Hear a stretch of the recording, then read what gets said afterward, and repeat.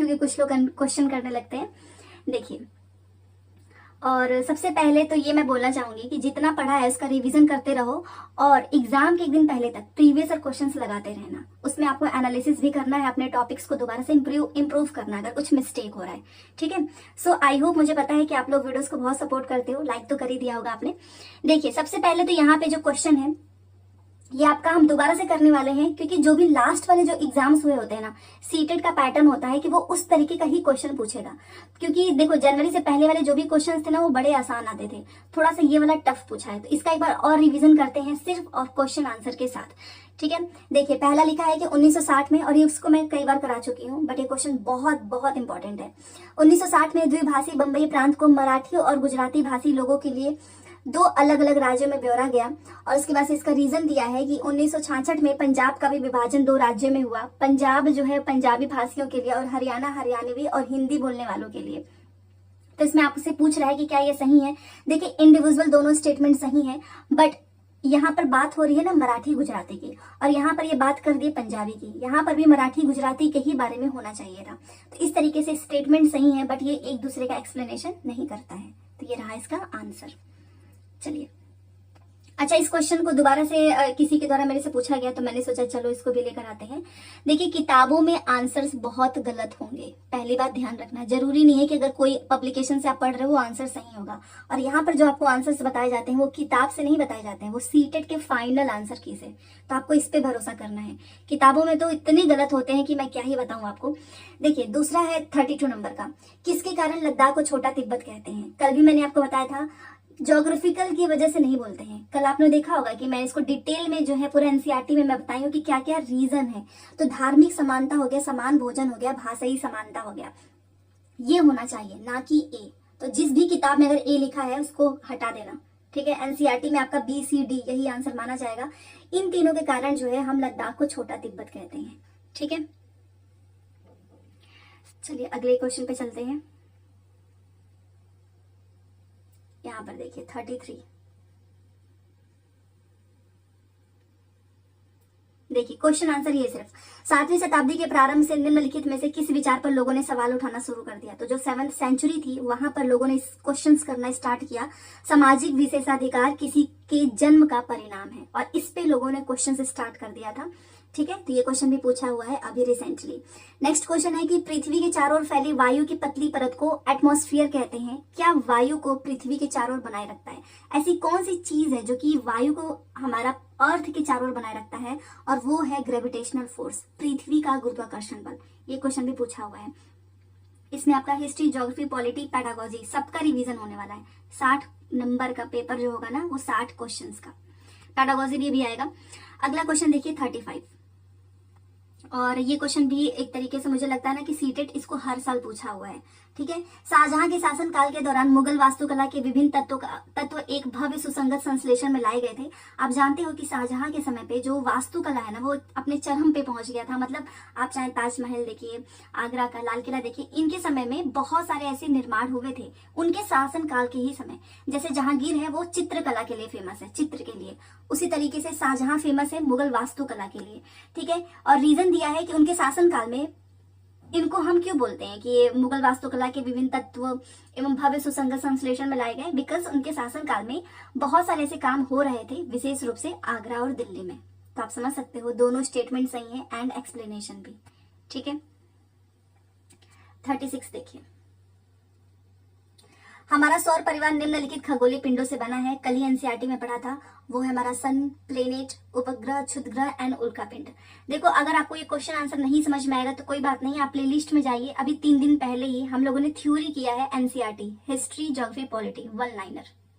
ठीक है, उसको पढ़ लोगे ना तो सारे क्वेश्चंस के आंसर होंगे। और अगर नहीं भी देखा है तो वो जरूर देखना, क्योंकि 1 लाइनर तभी काम आएगा जब आपने एनसीईआरटी की थ्योरी पढ़ी होगी। ठीक है, वो लास्ट में आपको मिलेगा, जरूर देखना, क्योंकि वो वीडियोस जो है वो जो तीनों है वो कुछ दिनों के बाद से डिलीट हो जाएगा यूट्यूब से, इसलिए मैं बोल रही हूँ। तो हमारा सौर परिवार जो है निम्नलिखित खगोलीय पिंडों से बना हुआ है, सूर्य, ग्रह, उपग्रह, क्षुद्रग्रह एंड उल्का पिंड। तो ये इसका आंसर हो गया। नेक्स्ट क्वेश्चन, ये जो क्वेश्चन है ना ये बहुत इंपॉर्टेंट है, और मुझे लगता है कि ये जेम्स मिल वाला क्वेश्चन जो आपका जुलाई है ना उसमें भी पूछा हुआ है। तो जेम्स मिल ने 1817 में a history of British India 3 भागों में प्रकाशित किया और वो था हिंदू मुस्लिम ब्रिटिश। और यहीं पे खेलता है, ये हिंदू है, मुस्लिम है, ब्रिटिश है, इसकी जगह पे ना कुछ भी नाम लिख देंगे लोग। याद रखिएगा, जो a history of British India को 3 भागों में प्रकाशित किया था वो है हिंदू मुस्लिम ब्रिटिश, ये इसका आंसर होना चाहिए। बट इसने यहाँ पर क्या लिखा है कि इसमें इन्होंने भारतीय इतिहास को 3 काल, प्राचीन, मध्य, आधुनिक, इसमें बांटा, इस वजह से ये गलत हो जाएगा। ठीक है, अगर यहाँ पे लिखा होता कि हिंदू मुस्लिम ब्रिटिश तब ये लाइन भी सही होती। ठीक है, इसलिए ए सही है, बी गलत है। तो अब आपको ये भूलना नहीं चाहिए कि 1817 में अब हिस्ट्री ऑफ ब्रिटिश इंडिया, ये भी याद रखो, कई बार क्वेश्चन से भी क्वेश्चन बना देता है, ये भी याद रखिएगा। ऑप्शंस में मिल सकता है ना कि हिस्ट्री ऑफ ब्रिटिश इंडिया कब किसने बांटा था भाई, जेम्स मिल ने 1817 में हिंदू मुस्लिम ब्रिटिश में। ठीक है, चलिए 37 भी हो गया। 38, पहाड़ी क्षेत्रों में अब रेल मार्ग का विस्तृत निर्माण हो रहा है, तो अति उपयुक्त कारण का चयन करो। देखिए, पहाड़ी क्षेत्रों में रेल मार्ग का निर्माण करना बहुत डिफिकल्ट होता है, वो प्लेन एरिया नहीं है, और ये संभव हो पाया है केवल और केवल जो हमारी टेक्नोलॉजी है ना, प्रौद्योगिकी, उसका विकास हुआ है उसी वजह से। बाकी कोई आंसर ऐसा देना कि बड़ा आसान है क्योंकि वहीं के लोग निर्माण करते हैं, ये सारे ऑप्शन गलत होते हैं। ठीक है, 39 देखिए, 1770 में बंगाल में एक भयानक अकाल ने लगभग 1 करोड़ लोगों को मार डाला। जी हाँ, एकदम सही है। और इस अकाल में ना बंगाल की 1/3 आबादी खत्म हो गई थी। दोनों स्टेटमेंट सही है। और क्लास कैसी लगी कमेंट्स करके बताओ, स्कोर बढ़ रहा है कि नहीं, क्योंकि मुझे पता है कि आप लोगों के स्कोर बढ़ रहे हैं, बट फिर भी 40 से ऊपर होना चाहिए। ठीक है, भारतीय उपमहाद्वीप में गंगा ब्रह्मपुत्र बेसिन की व्याख्या करने वाले कथन का चयन करो। देखो, जो गंगा ब्रह्मपुत्र बेसिन है ना, उसमें यह उपोष्ण में स्थित है और यहाँ की जलवायु मानसूनी है और बेसिन क्षेत्र में विभिन्न प्रकार के स्थलाकृति है। ये तीनों ऑप्शन होंगे, ए वाला नहीं होगा। यहाँ पे कॉनिफेरस ट्री नहीं उगते हैं। ठीक है, तो ओनली बी, सी, डी। नेक्स्ट क्वेश्चन, और ये क्वेश्चन दोबारा से आपके सामने इसलिए आया है क्योंकि ये स्टेटमेंट में पूछा जाएगा। महिला आंदोलन जो एनसीईआरटी में आपके महिला आंदोलन एनसीईआरटी पॉलिटी चैप्टर 8, जो आपको मैंने अपनी पॉलिटी के पेड नोट्स दी है, उसमें महिला आंदोलन वाला पढ़ लेना। रमाबाई हो गई, रुकैया शेखावत हुसैन हो गई, स्त्री पुरुष तुलना, जो भी चीजें लिखी हैं वो जरूर पढ़ना, कुछ भी पूछ सकता है। ठीक है, स्त्री पुरुष तुलना नामक पुस्तक की रचना निम्नलिखित में से किस सुधारक के द्वारा किया गया है, तो वो है ताराबाई शिंदे। ठीक है, नेक्स्ट, गेहूं एवं जौ जैसे फसल उगाने के लिए सर्वप्रथम साक्ष्य निम्नलिखित में से किस स्थान में मिले हैं, सही विकल्प का चुनाव करो, और वो है सुलेमान और किर्थर हिल्स। ठीक है, नेक्स्ट, पैडागोजी का क्वेश्चन है ये।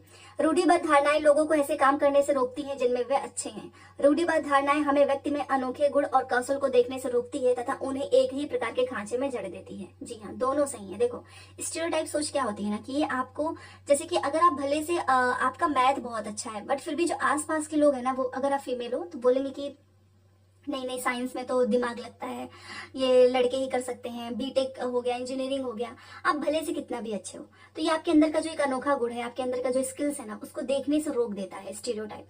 क्योंकि इसने क्या कर दिया, सभी लड़कियों को एक ही खांचे में जड़ दिया। फॉर एग्जाम्पल, तो यहाँ पर आपके दोनों स्टेटमेंट सही है, इसलिए हम जाएंगे क्या मतलब एक ही ऑप्शन है, तो यहाँ पे मैंने सारे ऑप्शन हटा दिए हैं फालतू वाले। नेक्स्ट क्वेश्चन है कि वायुमंडल का अधिकांश कौन सी 2 गैसें हैं, नाइट्रोजन और ऑक्सीजन है। नाइट्रोजन आपका 78% है और ऑक्सीजन आपका 21% है। बाकी के जो रिमेनिंग जो गैसेस हैं वो 1% में आती हैं, जैसे कि CO2 एंड आर्गन। बाकी यहाँ पर एक चीज और बताना चाहूंगी, क्योंकि वायुमंडल आया है तो आपको याद रखना है कि जो एटमॉस्फेयर के लेयर है, ट्रोपोस्फियर जिसे हम क्षोभ मंडल बोलते हैं, स्ट्रेटोस्फियर जिसे हम समताप मंडल बोलते हैं, देन आपका मीजोस्फियर मध्य मंडल, ठीक है, फिर थर्मोस्फियर एंड फिर आपका बाह्य। तो क्वेश्चन ज्यादा पूछता है कि मौसम संबंधी घटनाएं किस लेयर में होती हैं, तो क्षोभ मंडल में होंगी, ट्रोपोस्फियर में। ओजोन लेयर किसमें है, तो स्ट्रेटोस्फियर में है, जिसे हम बोलते हैं समताप मंडल। और यहीं पर प्लेन वगैरह उड़ता है। अब प्लेन क्यों समताप मंडल में उड़ेगा, क्योंकि यहाँ पे मौसम संबंधी घटनाएं नहीं होती हैं। मीटेरॉइड्स जिसे आप बोलते हैं उल्का पिंड, वो मध्य मंडल में आकर जल जाता है। और थर्मोस्फियर रेडियो प्रसारण में काफी हेल्प होगा। तो एटमॉस्फेयर वाले सारे लेयर्स आपको याद रखना है, ठीक है। इससे एक क्वेश्चन आपको एग्जाम में देखने को मिलेगा, इतनी मेरी गारंटी है। आप खुद पेपर देकर आओगे और बोलोगे यस, एटमॉस्फेयर से वो पूछेगा कुछ भी, मैच ऑफ द फॉलोइंग हो सकता है या फिर स्टेटमेंट हो सकता है। मैंने सब यहाँ पे एक बार रिवीजन करा दिया। नेक्स्ट देखिए 45। देखिए वेद समाज की स्थापना आपका नो डाउट सही है, 1864 में मद्रास में हुआ था। बट ये बोल रहा है कि वेद समाज आर्य समाज से प्रेरित था। नहीं भाई, वेद समाज ब्रह्म समाज से प्रेरित था। ब्रह्म समाज के संस्थापक हैं राजा राम मोहन राय एंड आर्य समाज के संस्थापक हैं स्वामी दयानंद सरस्वती।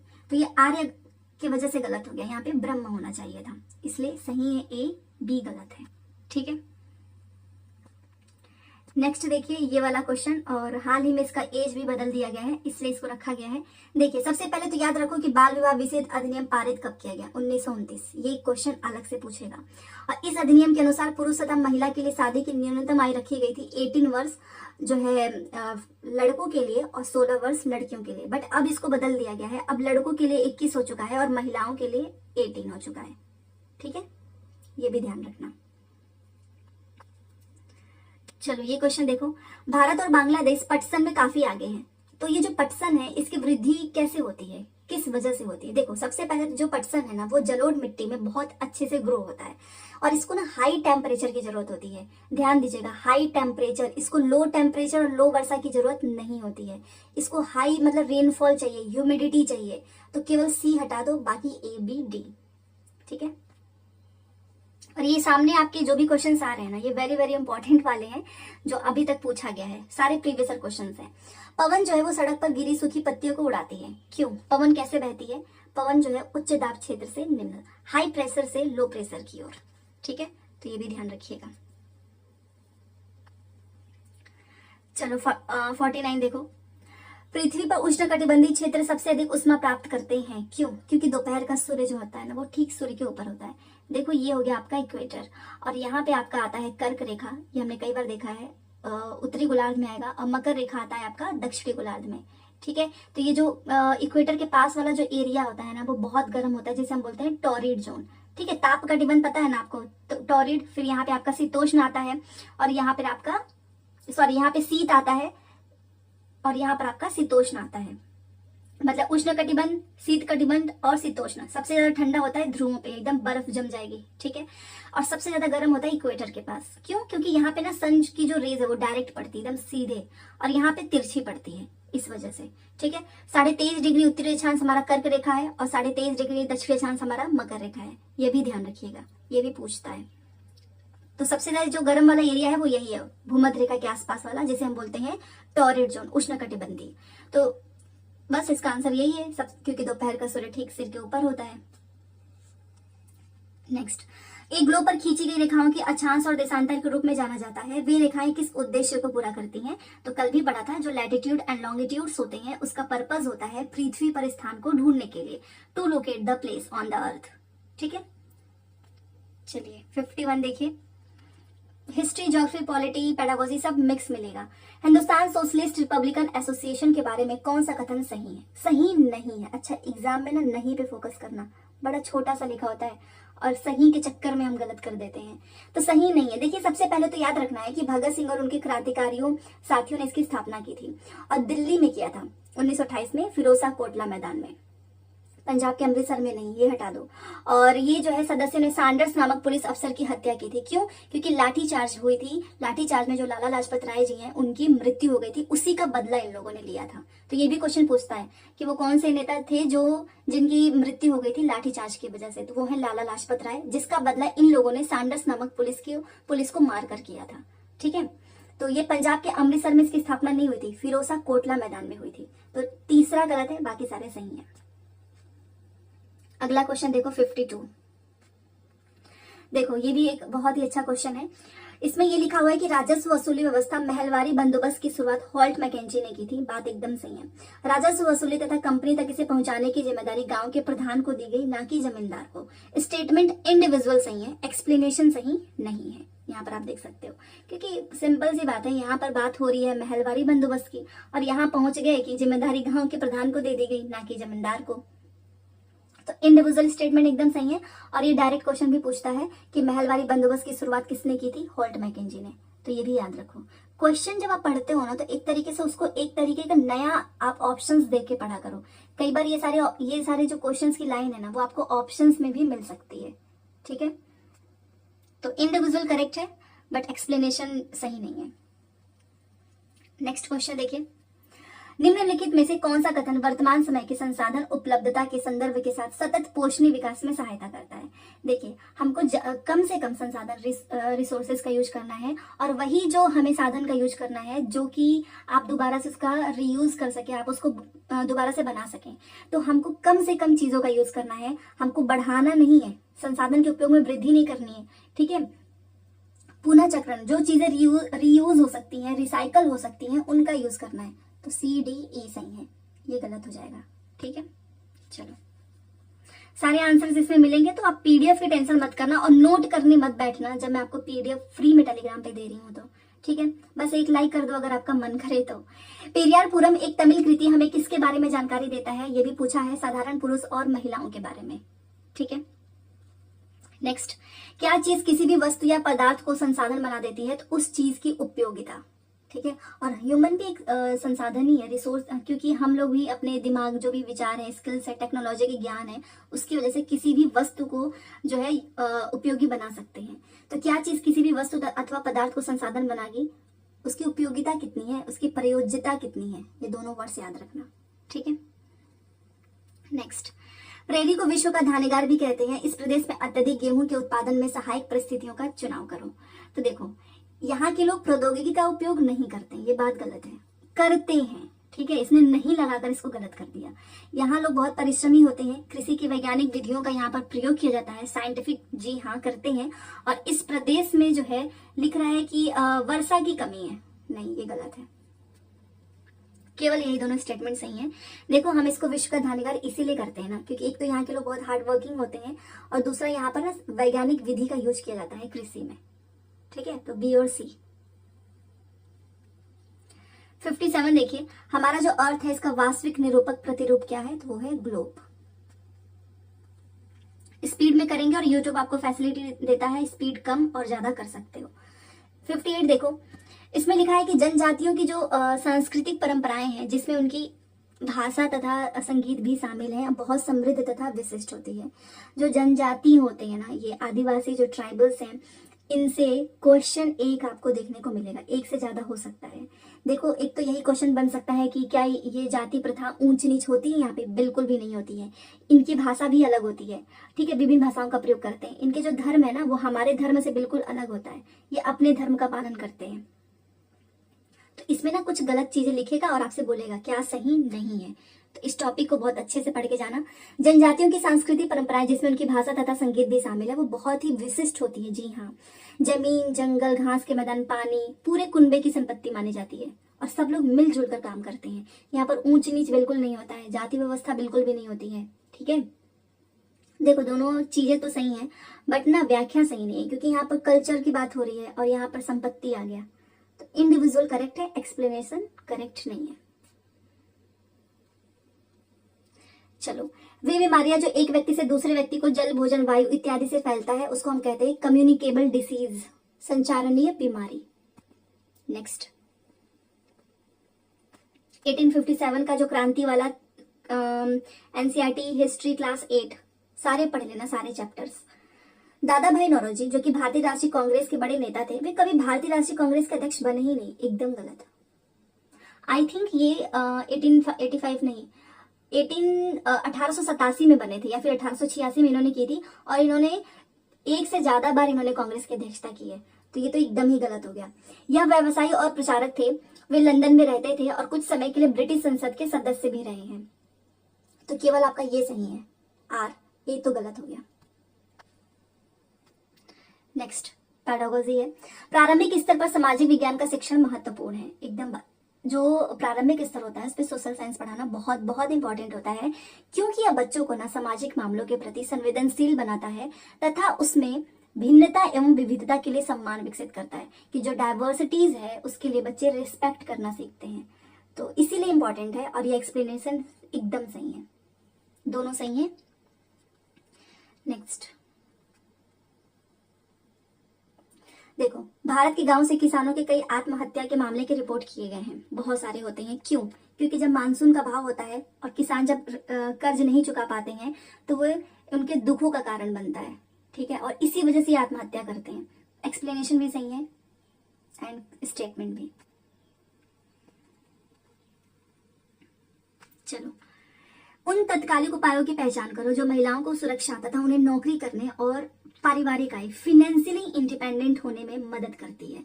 देखिए, सबसे पहले तो क्रेच जो बालवाड़ी है उसका प्रावधान किया गया है ताकि उनको टेंशन ना हो कि उनके बच्चों को कहाँ पे रखना है। ठीक है, तो इससे वो नौकरी कर पाएंगी। संसद में महिलाओं के लिए सीट का आरक्षण। संसद में महिला, क्या सारी महिलाएं जो है संसद में चली जाएंगी? आरक्षण का तो कोई बात ही नहीं हो रहा है, यहाँ पर नौकरी की बात हो रही है, पारिवारिक आय की बात हो रही है, इसलिए ये हटा दो। व्यावसायिक सुरक्षा का प्रावधान किया गया है ताकि वो जहां पर भी काम कर रही हैं वहां पे सेफ फील करें।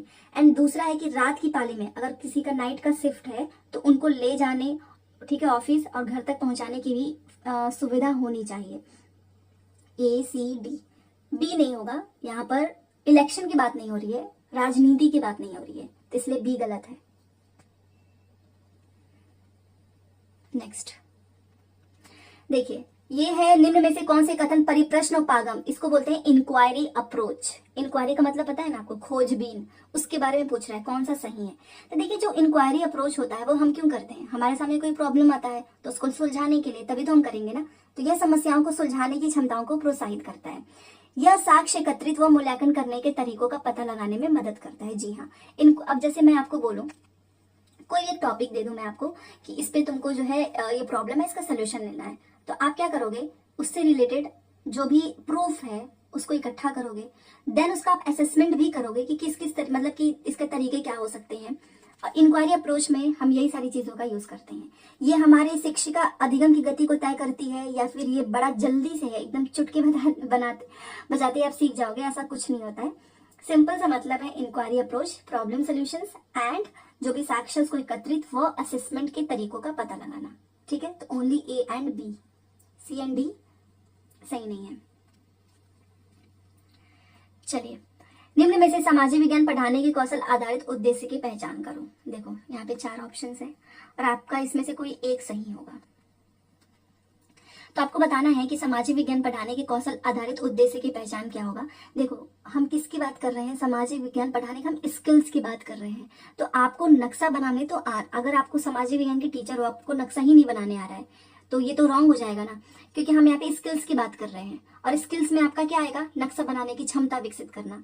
ठीक है, अब जैसे गणित की बात होगी तो आपको प्रॉब्लम तो सॉल्व करने आना ही चाहिए ना।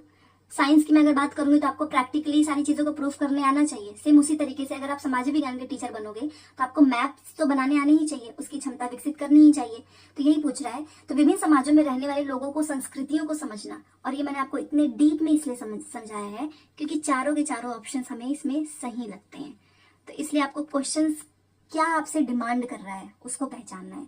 तो विभिन्न समाजों में रहने वाले लोगों को, संस्कृतियों को समझना, ये गलत हो जाएगा, बट एग्जामिनेशन हॉल में ये आपको सही लगने वाला है।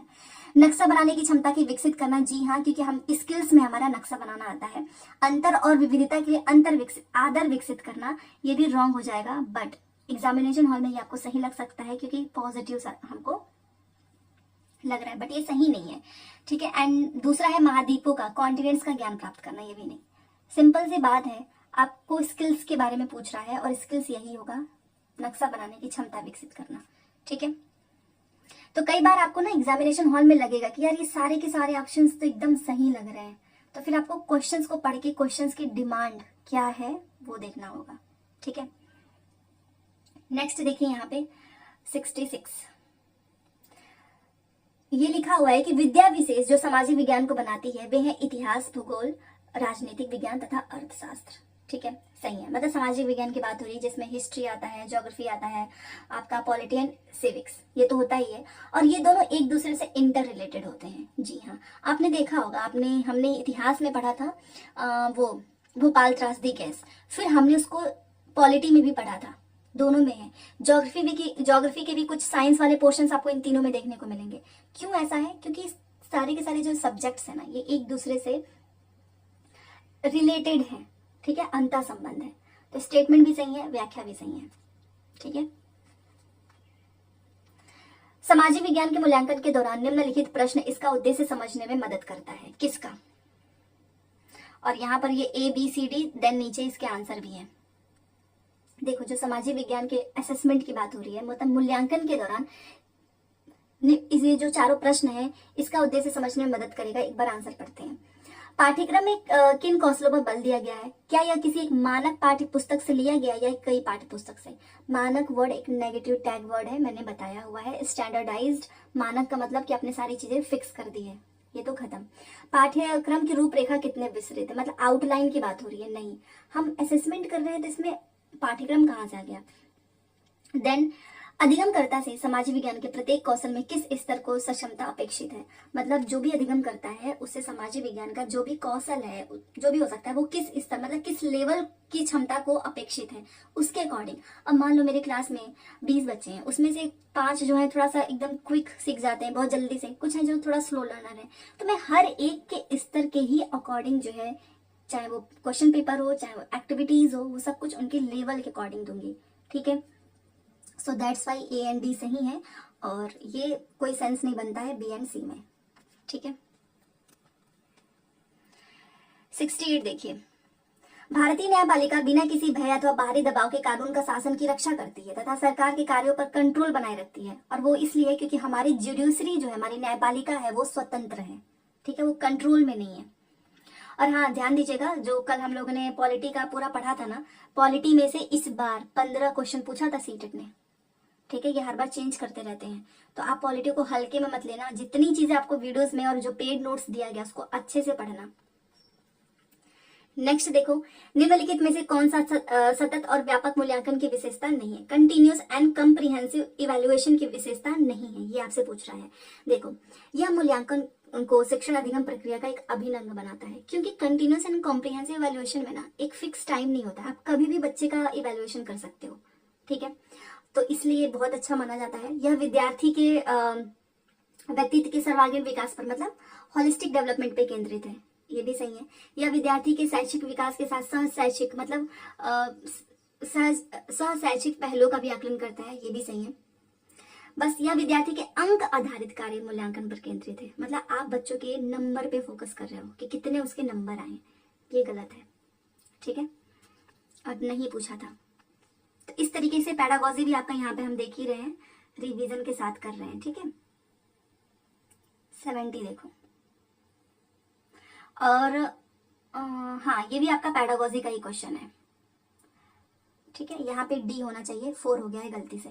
औद्योगिक क्षेत्रों में स्थित कई कारखाने तथा फैक्ट्रियों में अस्थायी श्रमिकों को रखा जाता है, क्यों? ताकि आप उसको अपनी सुविधा अनुसार रख सकें। अब मान लो मैंने कोई परमानेंट आप एम्प्लॉय को नहीं निकाल सकते हो, बट अस्थायी श्रमिक को आप अपने अकॉर्डिंग निकाल सकते हैं, रख भी सकते हैं, ये भी सही है। वे स्थायी कर्मियों को मिलने वाले वेतन तथा अन्य नौकरी संबंधी हित लाभों पर बचत करते हैं। जी हाँ, अब देखो परमानेंट रखोगे तो आपको फेस्टिवल वाली जो चीजें देनी होती हैं वो भी देना होगा, सैलरी भी बढ़ानी होगी, तो यहाँ पे आपने बचत कर लिया। अस्थायी कर्मी बिना समयोपरि भत्तों की मांग किए लंबे समय तक काम करते हैं, वो भत्ता भी आपसे नहीं मांगेगा, ये भी सही है। स्थायी कर्मियों की तुलना में अस्थायी कर्मी अधिक परिश्रमी होते हैं, नहीं, यहाँ पे बात हो रही है कि आप कारखाने तथा फैक्ट्री में अस्थायी श्रमिक को क्यों रखा जाता है, वो रीजन बताना है। यहाँ पे कौन कितना मेहनती है उसकी बात नहीं हो रही है। ठीक है, इस वजह से ये गलत है। अस्थायी श्रमिक को रखने का रीजन है कि मैं उसको अपने अकॉर्डिंग रखूंगी, निकालूंगी, अपने पैसे बचाऊंगी, वो मेरे से किसी चीज की डिमांड नहीं करेंगे। ठीक है, ये थोड़ी ना है कि अगर वो बहुत ज्यादा हार्ड वर्किंग है या फिर वो नहीं है, इसकी तो बात ही नहीं हो रही है। सो ये A B and C question ने जो चीज की डिमांड की है आपको वही आंसर सेलेक्ट करना है। ठीक है,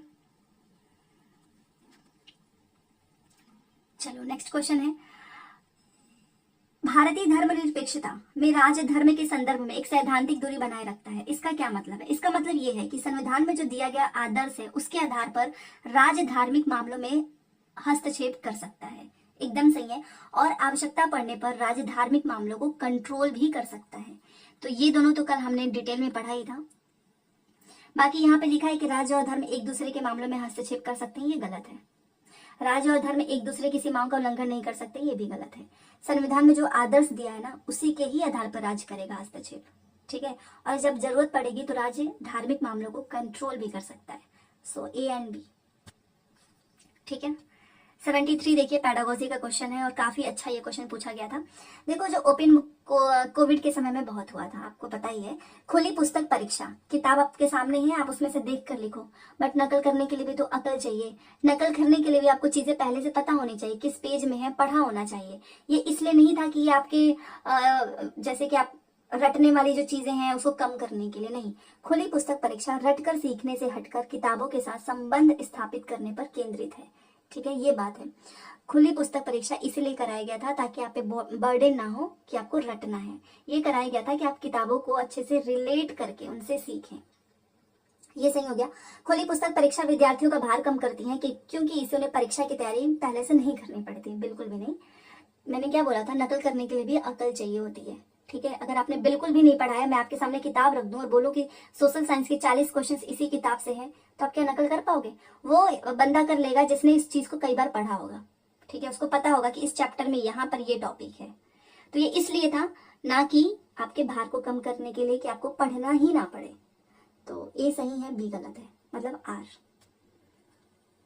74 देखिए, निम्नलिखित प्रश्न टिप्पणियां आपने अपनी एक कक्षा के विद्यार्थियों से प्राप्त की है। इनमें से कौन सा प्रश्न विद्यार्थी के गरीबी व असमानता के मुद्दे पर क्रिटिकली रूप से प्रतिबिंबित करता है? बहुत सारे ऑप्शंस थे, बट इसका बेस्ट ऑप्शन यही था कि इसमें लिखा हुआ था कि ऐसा क्यों है कि जो विलास करें, मतलब लग्जरी जो कार है और साथ में जो भी भिखारी है, इन दोनों को ही हम अपने ट्रैफिक सिग्नल पर देखते हैं। ये क्वेश्चन पूछा था, क्योंकि जो रूल्स है आपको याद होगा, मैंने कल ही बताया है, पॉलिटी में आप चाहे कितने भी अमीर हो, चाहे कितने भी गरीब हो, कानून सबको मानना है। चाहे आप लग्जरी कार में हैं, चाहे आपके पास पैसे नहीं, आप ऐसे पैदल जा रहे हैं, पैदल नहीं मतलब गाड़ी, भिखारी, दोनों को ही ट्रैफिक सिग्नल पर आप देखते हैं और इन दोनों को ही रूल्स भी फॉलो करने होते हैं। ठीक है, और एक तरीके से यहाँ पर यह भी है कि यहाँ पर गरीबी व असमानता के मुद्दे की बात हो रही है। ठीक है, इससे रिलेट करके मैंने कानून वाला भी चीज यहाँ पर आपको समझा दिया। साथ में गरीबी व असमानता के मुद्दे पर यही होगा, क्योंकि ऐसा क्यों है कि हम विलास कार को मतलब लग्जरीज कार को एंड भिखारी दोनों को हम ट्रैफिक सिग्नल पर देख पाते हैं। ये क्वेश्चन 21 जनवरी को पूछा हुआ है और इसका आंसर यही है। ठीक है, चलो अब यहां तक कर लिया। अब ये स्टार्ट होता है दूसरा सीरीज, मतलब जो आपके जितने भी अभी तक पहले के 10 साल के क्वेश्चन पेपर हैं, सब कुछ इसमें इंक्लूड है। चलो यहाँ से देखो, तटीय क्षेत्र में, और ये 300 क्वेश्चंस हैं। ठीक है, आप काउंट भी कर सकते हो।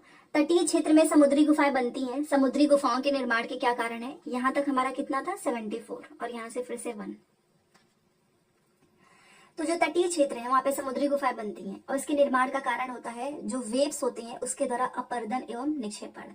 नेक्स्ट, स्थान परिवर्तन से प्राकृतिक वनस्पति में परिवर्तन होता है। सदाबहार वृक्ष भूमध्यवर्ती प्रदेश के ही समीप पे क्यों उगते हैं? क्योंकि वहां पे भारी वर्षा और हाई टेम्परेचर है, इसी वजह से। ठीक है, ग्लोब को 2 बराबर भागों में बांटने के लिए खींची गई काल्पनिक रेखा को क्या कहते हैं? ये जो विषुवत रेखा, ठीक है, भूमध्य रेखा भी बोलते हैं, इक्वेटर भी बोलते हैं। समताप मंडल की परिस्थितियां जो है हवाई जहाज उड़ाने के लिए आदर्श होती हैं। इसका रीजन अभी मैंने बताया, क्योंकि यहाँ पर बादल संबंधी घटनाएं नहीं होती हैं। ठीक है, गल्फ स्ट्रीम एक गर्म महासागरीय धारा है। क्यों? क्योंकि यह भूमध्य रेखा के निकट उत्पन्न होता है। ये आपका भूमध्य रेखा वाला जो एरिया है ये बहुत गर्म होता है और यहीं पर ये उत्पन्न होता है, इसलिए गर्म है। बाकी जो आपका लेब्राडोर है वो गर्म नहीं है, वो ठंडा है। ठीक है, इस चीज का भी ध्यान रखना। और जहाँ पे गर्म महासागरीय और जो शीत मतलब जो ठंडी जलधाराएं हैं मिलती हैं, तो मत्स्य पालन के लिए बहुत अच्छा माना जाता है, बट नौ संचालन में बाधा उत्पन्न होता है। ये भी चीज ध्यान रखना। ठीक है, हमें अपने पर्यावरण को बचाने के लिए किस प्रकार के संसाधन का उपयोग करना है? नवीकरणीय, जिसको हम रीयूज कर सकें, रिसाइकल कर सकें। ठीक है, एक अभी ये आप नंबर गिनते जाओ। अभी हमको 200 क्वेश्चंस करने हैं। ठीक है, ये 7-8 है, अभी हमको 200 क्वेश्चन तक पहुंचना है। आप देख सकते हैं अभी हम 14 पे हैं। एक कक्षा गतिविधि के समय शिक्षक ने विद्यार्थियों से आदिवासी जैसी दिखने वाली गुड़िया का चयन करने के लिए कहा। अधिकांश विद्यार्थियों ने रंग बिरंगे कपड़े पहनी हुई, सर पे मुकुट लगे और डांस मुद्रा वाली गुड़िया उठा ली। ये एक तरीके से स्टीरियोटाइप है, क्योंकि फिल्मों में भी यही दिखाया जाता है। हम ये सारी चीजें तो देख ही नहीं पाते हैं, उनकी जो अच्छाई हैं। हम बस दिखाते हैं कि ये रंग बिरंगे कपड़े हैं, इनकी सोच एकदम पिछड़ी हुई है, ये डांस करते हैं। तो ये एक तरीके का रूढ़िवादी सोच है। पैडागॉजी में पूछा हुआ है। किसी के प्रति पूर्वाग्रह होने का मतलब होता है कि आप उनको नेगेटिव रूप से देखोगे, आप उन्हें श्रेष्ठ मानना, जो लोग भिन्न है उनका अनादर करोगे। ठीक है, पूर्वाग्रह हमेशा नेगेटिव में होता है। मतलब जो आपने एक सोच बना ली, बस आपने उसके बारे में वही सोच रखा है और आपको लगता है कि ये तो ऐसा ही है। ठीक है, नेक्स्ट, भारतीय नागरिकों को किस मौलिक अधिकार की परिधि के अंतर्गत सुप्रीम कोर्ट ने भोजन के अधिकार, निजता के अधिकार तथा प्रदूषण मुक्त जल एवं वायु के अधिकार की व्याख्या की है? वो है आर्टिकल 21, 15, 17, ये 3 आर्टिकल पूछेंगे। 15 बता दो मुझे। 17 तो अनटचेबिलिटी है और 15 आपका धर्म से रिलेटेड है। 21 आपका जो है लाइफ मतलब जीवन के अधिकार से रिलेटेड है, जिसमें आपका भोजन का अधिकार, निजता का अधिकार, प्रदूषण मुक्त जल का अधिकार और वायु का अधिकार, ये सब आते हैं। ठीक है। 1883 में इल्बर्ट बिल का विरोध क्यों किया गया? क्योंकि अंग्रेजों ने इस बिल का इसलिए विरोध किया क्योंकि अब भारतीय भी ब्रिटिश या फिर यूरोपीय व्यक्तियों पर मुकदमा चला सकते थे। तो इस बिल ने अंग्रेज और भारतीय न्यायाधीशों के बीच में समानता स्थापित करने का प्रयास किया। और अंग्रेज को ये बर्दाश्त कैसे हो सकता है कि भारतीय हम पे मुकदमा चलाएंगे? तो इसी वजह से इन लोगों ने इसका विरोध किया। क्योंकि पहले क्या था ना कि बस अंग्रेज ही भारतीयों पर जो है मुकदमा चलाते थे। फिर भारतीयों को लगा कि भाई हमें भी तो चलाना चाहिए, ये लोग कौन सा सही है। बट वही है कि फिर बाद में इसका विरोध करने लगे अंग्रेज। नेक्स्ट, निम्न जातियों की दुर्दशा पर ज्योतिबा फुले की 1873 में आई किताब समर्पित है, जो कि गुलामगिरी है और ये समर्पित है अमेरिकी गृह युद्ध में दास प्रथा का विरोध करने वाले कार्यकर्ताओं को। ये क्वेश्चन पूछा हुआ है। किसने कुरान की आयतों की पुनर्व्याख्या करने को करके कहा कि महिलाओं को भी शिक्षा का अधिकार मिलना चाहिए? और वो है मुमताज अली। यहीं पर मैं आपको बताना चाहूंगी, पंडिता रमाबाई से क्वेश्चन पूछेगा। पंडिता रमाबाई को पंडिता की उपाधि क्यों दी गई थी? क्योंकि ये संस्कृत पढ़ना लिखना जानती थी। 1898 में इन्होंने पुणे में जो विधवा स्त्री हैं, जो गरीब महिलाएं हैं, उनके लिए स्कूल भी खोले हैं। ठीक है। तो रमाबाई को पंडिता की उपाधि क्यों मिली? क्योंकि संस्कृत पढ़ना लिखना जानती थी। बेगम रुकैया सिखावत हुसैन की जो किताब है सुल्ताना का स्वप्न, ये भी नाम याद रखना। ठीक है। जितना हो सकेगा मैं उतना तो करूंगी आप सभी के लिए, क्योंकि मैं चाहती हूँ कि सबका पेपर अच्छे नंबर से पास हो। नेक्स्ट है, मध्यकाल में जनजाति समूह के बारे में हमको बहुत कम जानकारी, क्योंकि ये लोग लिखित दस्तावेज नहीं रखते थे, बस यही एक रीजन है। ठीक है। खुदा की रचना के खाते में उसका विस्तार चूंकि मर्दों की सूची में नहीं आता, इसलिए इतनी शानदार खूबियों से भी उसे आखिर हासिल क्या हुआ? यह लेखन 13वीं शताब्दी में किसके लिए लिखा गया था? रजिया। और किसने लिखा था? मैने सिराज ने। ठीक है, ये भी याद रखना है। और एक चीज और इनसे क्वेश्चन पूछता है, ये तो चलो रजिया सुल्तान के लिए लिखा गया कि इन्होंने ना, रजिया सुल्तान ने भ्रम पैदा किया है पुरुष होने का।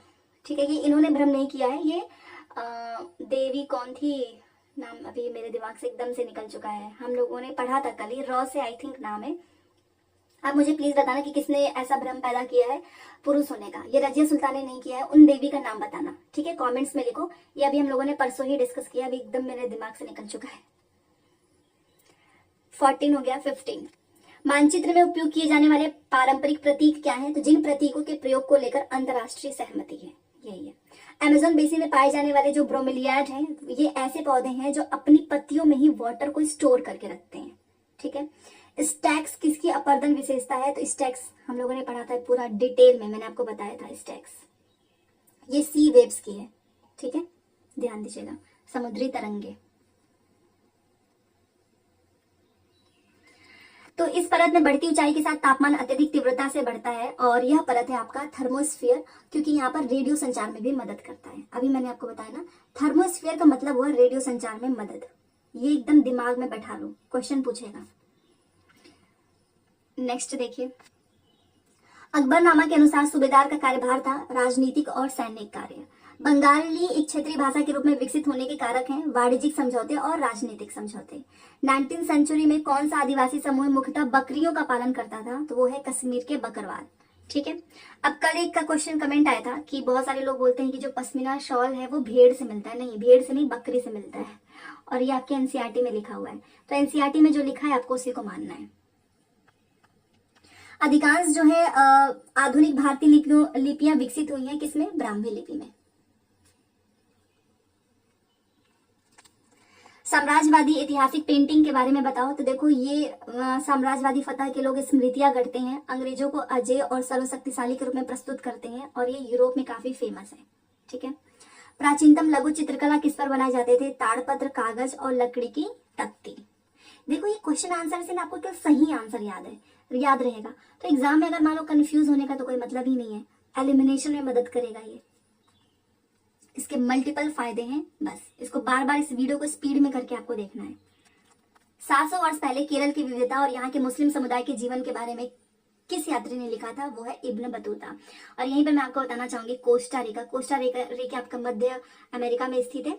और यहाँ की हेल्थ क्यों अच्छी हो गई थी? क्योंकि यहाँ पे लोगों ने डिसाइड किया कि हम आर्मी नहीं रखेंगे, और आर्मी नहीं रख के इन लोगों ने सोचा कि सारा पैसा हम लोगों के हेल्थ पे, एजुकेशन पे लगाएंगे। और कुछ समय बाद ही वहाँ के लोगों की हेल्थ बहुत अच्छी हो गई थी। तो ये क्वेश्चन पूछेगा कि क्या ऐसा इन लोगों ने किया कि यहाँ पे लोगों की स्वास्थ्य काफी अच्छी हो गई, तो आर्मी ना रखने का डिसीजन कोस्टा रिका का।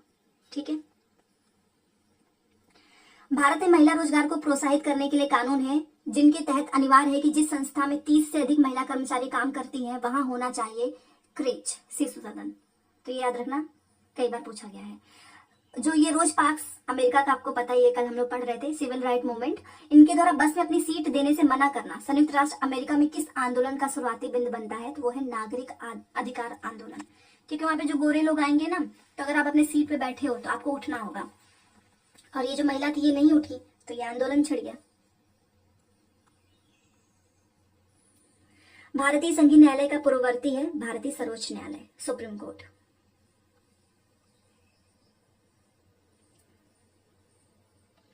भारतीय संविधान के अनुच्छेद 39A के तहत राज्य का यह कर्तव्य है कि वह अपने नागरिकों को उपलब्ध करा सके क्या चीज? कानूनी सहायता। ठीक है, ये 28 नहीं, कानूनी सहायता। 29 न्यायमूर्ति राजेंद्र सच्चर समिति द्वारा 2005 में किस समुदाय के आर्थिक व सामाजिक हास्यकरण पर अध्ययन किया गया था? और वो है मुस्लिम। इन क्वेश्चन के बाद आपको खुद समझ में आ जाएगा कि एक एक क्वेश्चन एनसीईआरटी से पूछा गया है, और ये कल राजेंद्र सच्चर वाला ही मैंने आपको डिटेल में पढ़ाया है। ठीक है, चैप्टर 8 में है। तो ये आपसे पूछेगा कि जो राजेंद्र सच्चर समिति है किस पे अध्ययन करने के लिए जो है ये बनाया गया था? तो मुस्लिम सामाजिक हास्यकरण पे। ठीक है। भारत में कपड़ा उद्योग के संबंध में जो पुटिंग आउट सिस्टम है, दादन व्यवस्था, इससे क्या तात्पर्य है? तो जो व्यापारी होगा वो बुनकर को कच्ची सामग्री उपलब्ध कराएगा और उससे बना हुआ सामान ले लेगा। बुनकरों को काफी लॉस होता था क्योंकि मेहनत करेंगे और पैसा उतना मिलता नहीं है। बट आपको ध्यान रखना है पुटिंग आउट सिस्टम क्या होता है। जो व्यापारी है वो बुनकर को कच्चा सामग्री देगा और उनसे बना हुआ कपड़ा लेगा और वो फैक्ट्रीज, कंपनी को जाकर बेच देगा। ठीक है। समाज विज्ञान का अध्ययन वैज्ञानिक क्यों है? क्योंकि इसमें व्यवस्थित रूप से सत्यापित ज्ञान शामिल है। ठीक है। आपको उस समय के अनुपात को निरूपित करना होगा जब एक ग्रामीण कार्यकर्ता 1 साल में कार्यरत अल्प रोजगार और बेरोजगार के रूप में खर्च करता है। आप किस आरेखीय निरूपण का चयन करेंगे? वो है पाई आरेख। एक शिक्षक को कुछ मानदंड प्रदान करना, एक शिक्षक जो है वो छात्रों को कुछ मानदंड प्रदान करता है और उन्हें उन आधारों पर अपनी प्रोजेक्ट का आकलन करने के लिए कहता है। तो कौन सा मूल्यांकन शिक्षक के द्वारा अपनाया जाएगा? और वो है सेल्फ असेसमेंट। देखो, अगर मैं आपको बोलती हूँ कि आप अपना प्रीवियस क्वेश्चन जो है उसको एनालिसिस क्या करो, एनालिसिस करोगे ना तो आपको अपने वीक पॉइंट्स पता चलेंगे। तो मैं आपको क्या बोल रही हूँ? मैं आपको खुद का असेसमेंट करने को बोल रही हूँ, सेल्फ असेसमेंट। तो जब भी कोई भी बोलेगा ना किसी को कि आपको इस आधार पर अपने प्रोजेक्ट का आकलन करना है, तो इसका मतलब वो अपने खुद का असेसमेंट करेगा। ठीक है, इस चीज को ध्यान रखना। जो एनसीएफ 2005 है, इसके द्वारा नागरिक शास्त्र के लिए परिवर्तित नाम क्या है? तो वो हो चुका है अब आपका सोशल एंड पॉलिटिकल लाइफ। अभी जैसे ना कुछ लोग होते हैं जिनको ये भी नहीं पता है कि एनसीईआरटी में, एसएसटी में कितने सब्जेक्ट हैं। तो एसएसटी में एक आपका हिस्ट्री है, एक आपका ज्योग्राफी है, और दूसरा जब मैं बोलती हूँ ना पॉलिटी या फिर पॉलिटिकल, तो वो बोलते हैं नहीं सिविक्स। नहीं भाई, सिविक्स नहीं है, अब ये हो चुका है, इसको चेंज कर दिया गया है। अब नागरिक शास्त्र के लिए आपका ना social and political life use किया जाता है। तो ये भी ध्यान रखो कि कौन सी किताब किस क्लास में है। तो ध्यान रखिएगा, सामाजिक और राजनीतिक जीवन नागरिक शास्त्र को बदल के ये आ चुका है, सोशल एंड पॉलिटिकल लाइफ। निम्न में से किस भाषा में गणितज्ञ और खगोल शास्त्री आर्यभट्ट ने अपनी पुस्तक आर्यभट्टियम लिखी है? और वो है संस्कृत में। गौतम बुद्ध ने अपना पहला संदेश कहां पर दिया था? तो वो है सारनाथ, वाराणसी में है। अब गौतम बुद्ध जी आ गए हैं, तो सबसे पहले याद रखिएगा इनकी जो मृत्यु है वो कुशीनगर, जिसे हम कुशीनारा बोलते हैं, वहां पर हुई थी। और इनको अपने ज्ञान की प्राप्ति जो है वो बोध गया में हुई है, बोध गया में, पीपल के वृक्ष के नीचे। ये भी पूछेगा, पीपल के वृक्ष के नीचे। शाक्य मुनि क्षत्रिय वंश के हैं ये भी ध्यान रखना। पहला उपदेश इन्होंने कहां पर दिया है? सारनाथ में। ठीक है। संगम कविताओं में किन राजवंशों का मूवेंदर कहा गया है? तो वो है चोल चेर पांड्या। ठीक है। और त्रिपक्षीय संघर्ष कौन सा है बताओ? 3 जो त्रिपक्षीय हैं उनका नाम बताओ। गुर्जर प्रतिहार, राष्ट्रकूट, चालुक्य, ये भी नाम पूछता है। और मूवेंदर कहते हैं चोल चेर पांड्या को। रामपुरवा बेल एक पॉलिश पत्थर की मूर्ति जिसे अब राष्ट्रपति भवन में रखा गया है, और ये नोट्स में आपने देखा होगा, मैंने ना उसका फोटो भी लगाया, वो ये बेल नहीं बैल है, ठीक है, फोटो भी लगाकर आपको दिखाया है कि अब इसको ना राष्ट्रपति भवन में रखा गया है। और ये क्वेश्चन पूछा था कि ये किस शासन में बनवाया गया था, तो ये है मौर्य शासन में, ठीक है। किसने विशिष्ट अद्वैतवाद का सिद्धांत दिया है? रामानुज। पूरा लेख एक ऐसा स्थान है जहां पर ऐतिहासिक पांडुलिपि और दस्तावेजों को रखा जाता है। कर्नाटक में 12वीं शताब्दी के मध्य में शुरू किए गए वीर शैव आंदोलन के बारे में क्या सही है? तो इसने महिलाओं की जाति और व्यवहार के बारे में ब्राह्मणवादी विचारों के खिलाफ तर्क दिया है, ठीक है। कौन भारत के लिए समुद्री मार्ग खोजने के लिए अटलांटिक महासागर के पार पश्चिम की ओर गया था? तो वो गया था क्रिस्टोफर कोलंबस।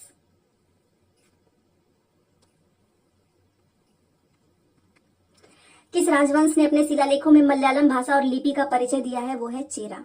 1906 में सोंगराम संगमा का विद्रोह क्यों हुआ था? असम में आदिवासी समूहों ने औपनिवेशिक वन कानून के खिलाफ प्रतिक्रिया व्यक्त की थी, इसी वजह से। 1927 में अंग्रेजों के द्वारा भारत भेजे गए साइमन कमीशन का विरोध क्यों किया गया था? क्योंकि उस पर कोई भारतीय प्रतिनिधि नहीं था। देखो 1927 में ये आता है भारत में और 1928 में वापस भी चला जाता है। इसका विरोध होता है क्योंकि जिस चीज तुम लोगों ने भारतीयों को डिसीजंस लेने के लिए कमेटी बनाई और तुमने उसमें कोई भारतीय प्रतिनिधि नहीं रखा, तो फिर हमारे लोग भी बोलने लगे, साइमन गो बैक का नारा लगने लगा, ठीक है। बट इसका विरोध इसीलिए किया गया क्योंकि इसमें अंग्रेजों ने ना किसी भी भारतीय प्रतिनिधि को शामिल नहीं किया था, ठीक है। तो ये भी याद रखना है कि साइमन कमीशन भारत कब आता है? 1927 में। यंग बंगाल मूवमेंट याद रखिएगा, ये हेनरी लुई विविन डेरोजियो का है। रामकृष्ण मिशन, मतलब इसकी स्थापना होती है, रामकृष्ण मिशन की स्थापना की स्वामी विवेकानंद जी ने, एंड अलीगढ़ का किया है सैयद अहमद खान ने, ठीक है। नेक्स्ट, वयोवृद्ध गांधीवादी नेता पोट्टी श्री रामुलु ने 1952 में किस राज्य के गठन की मांग को लेकर भूख हड़ताल की थी? और वो है आंध्र प्रदेश। कौन जो है वहदत ए दीन की धारणा का प्रतिपादक था जो सभी धर्म की आवश्यक एकता को कायम रखता है? वो है मौलाना आजाद। भारत के लगभग मध्य से गुजरने वाला मुख्य अक्षांश कौन सा है? वो है कर्क रेखा। अच्छा ये बताओ वो कौन सा महाद्वीप है जिसे तीनों रेखाएं होकर गुजरती हैं? कर्क रेखा, मकर रेखा और भूमध्य रेखा। उस महाद्वीप का नाम बताओ। वो है अफ्रीका,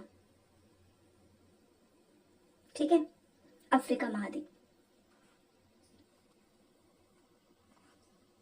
तो भारत के लगभग मध्य से गुजरने वाला मुख्य अक्षांश है हमारा कर्क रेखा, ठीक है। पृथ्वी दिवस को परिभाषित करता है अपनी धुरी के चारों पृथ्वी के घूर्णन की अवधि। और डे एंड नाइट याद रखिएगा, दिन और रात रोटेशन की वजह से होता है, और ऋतु में परिवर्तन रिवोल्यूशन की वजह से होता है, तो ये भी ध्यान रखना, ठीक है। पुरातत्वविदों को भारत में नौपाषाण युगीन गर्तवास कहाँ पर मिले हैं? बुर्जहोम, और ये कश्मीर में है। 14वीं शताब्दी का एक ग्रंथ लीला तिलकम किस विषय पर लिखा गया है? व्याकरण तथा काव्य शास्त्र। 1793 के स्थायी बंदोबस्त के बारे में बताओ। तो देखो राजा और तालुकदारों के जमींदारों के रूप में मान्यता दी गई, उन्हें किसानों से लगान वसूलने और कंपनी को राजस्व चुकाने का जिम्मा सौंपा गया। उनकी ओर से चुकाई जाने वाली राशि स्थायी रूप से तय कर दी गई थी, ठीक है। आमार जीवो नामक पुस्तक किस भारतीय महिला के द्वारा लिखा गया है? और वो है रास सुंदरी देवी। तभी मैं बोल रही हूँ महिला आंदोलन वाला जो टॉपिक है उसको आपको पढ़ के जाना है, ठीक है। अमार जीवोन ये बंगाली में है, रास सुंदरी देवी के द्वारा लिखा गया है।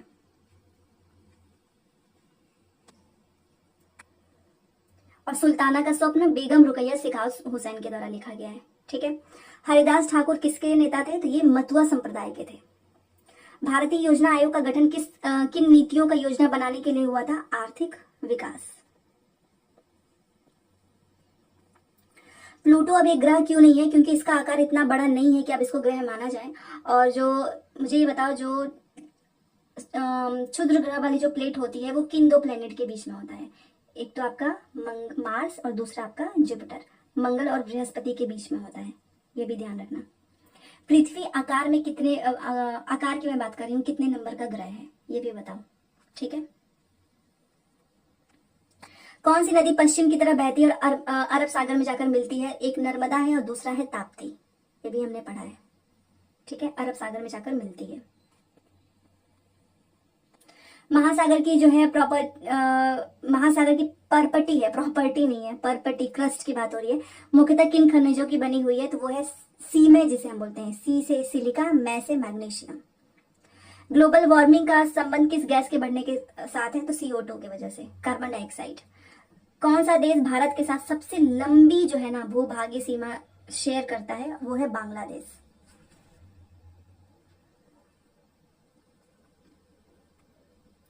किस फसल को वृद्धि के लिए 200 यहाँ पे लिखा है 210 पाला रहित दिन और तेज चमकीली धूप की आवश्यकता होती है? वो है कपास।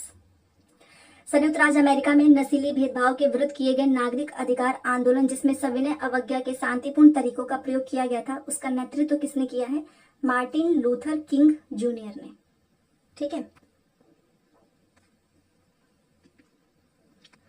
सुलभ एक संस्था है जो पूरे भारत में स्वच्छता सेवाएं प्रदान करती है, वह एक है गैर सरकारी संगठन। उत्तर प्रदेश के चित्रकूट जिले में 8 दलित महिलाओं द्वारा संचालित एक प्रसिद्ध समाचार पत्र खबर लहरिया किस स्थानीय भाषा में प्रकाशित होता है? बुंदेली भाषा में। इसके साथ साथ जितने नोट्स आपने लिए हुए हैं हम लोगों से, हमारे से, उसको रिवीजन करना। अब ये नहीं कि बस 300 क्वेश्चन पढ़ के सोचोगे कि पेपर पास हो जाएगा, ये उनके लिए फायदा करेगा जो ऑलरेडी पढ़ चुके हैं। ठीक है। वन को भारतीय संविधान की किस सूची के अंतर्गत रखा गया है? समवर्ती सूची। कौन सा न्यायालय सुप्रीम कोर्ट का पूर्ववर्ती है? और वो है federal court of India, Bharat का संघीय न्यायालय। इनमें से कौन सा उच्च न्यायालय 1862 में स्थापित 3 उच्च न्यायालय में से है? तो मुंबई, कोलकाता, मद्रास। ठीक है। जूठन के लेखक कौन है? ओम प्रकाश वाल्मीकि।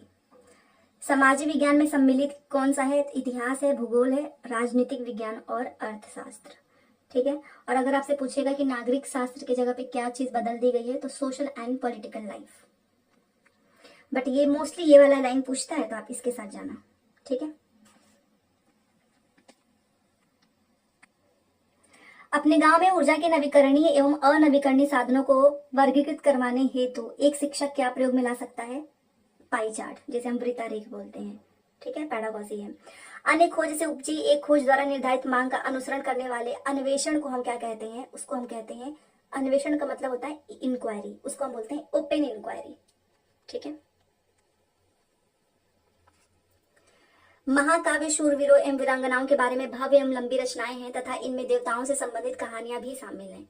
तो ये होगा हमारा महाकाव्य। रेशम मार्ग सिल्क रूट पर नियंत्रण रखने वाले शासकों में सबसे प्रसिद्ध जो है वो कुषाण थे, और ये अपने आप में एक क्वेश्चन है, याद रखना। कुषाण ने मध्य एशिया तथा पश्चिम उत्तर भारत पर शासन किया। वे सबसे पहले सोने के सिक्के जारी करने वाले शासक थे जिनका उपयोग व्यापारियों ने किया। दोनों स्टेटमेंट सही है। यहाँ पर आपका ये जगह है, ठीक है, और समुदाय का उनके शिल्प कला के साथ, ये आपका जगह है और ये उनका शिल्प कला है। तो मैंने ना आप लोगों के लिए ही मतलब आपको दिक्कत ना हो तो मैंने सामने सामने लिख दिया है, तो बस इसको याद कर लो। देखो, बीदर में आपको मिलेगा तांबे तथा चांदी में जड़ाई का काम। सूरत में आपको मिलेगा सुनहरी गोटा जरी वाले जो वस्त्र हैं। पांचाल में आपको मिलेगा लोहे से संबंधित काम, और सालियार में मिलेगा आपको बुनाई। तो ये शिल्प कला और जगह ये आपको याद रखना है। अब यहाँ पर देखिए, ये भी मैंने मिलान यहाँ पे कर दिया है, सही मिलान। तो ग्राम भूजक हम किसको कहते हैं? भूस्वामी को, ग्राम प्रमुख को, और ये बहुत पूछता है। गृहपति हम कहते हैं स्वतंत्र कृषक को, और दास कर्मकार बोलते हैं जो कि दूसरों की जमीन पर काम करते हैं। ठीक है।